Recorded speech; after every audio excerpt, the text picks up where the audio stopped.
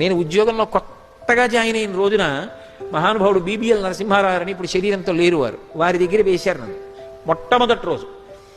ఆయన నీకు మా మేనేజర్ గారిని అధికారిని పరిచయం చేస్తాను రావాయ్ అని నన్ను తీసుకెళ్లారు. ఆయన ఈయన్ని చెడమడా తిట్టేశారు. ఇలా ఎందుకు చేశావు అని ఏదో ఒక కాగితం చూపించి ఈయన అక్కడ ఇలా అంటుండేవారు. ఆయన అక్కడ కూర్చుని కాదండి ఇలాగే చెయ్యాలి, నేనేం తప్పు చేయలేదండి, ఇలాగే చేస్తారు అని చెప్పారు.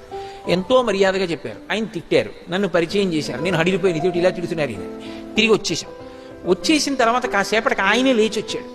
లేచి వచ్చి నరసింహారావు ఏమనుకోపోయి ప్రథమ కోపం, డిస్ట్రిక్ట్ ఆఫీస్కి ఫోన్ చేశాను, నువ్వు చెప్పిందే కరెక్ట్ అలాగే రాయాలట, నేనే తప్పు చెప్పాను, ఆ కాగితం పట్టరా సంతకం చేస్తాను.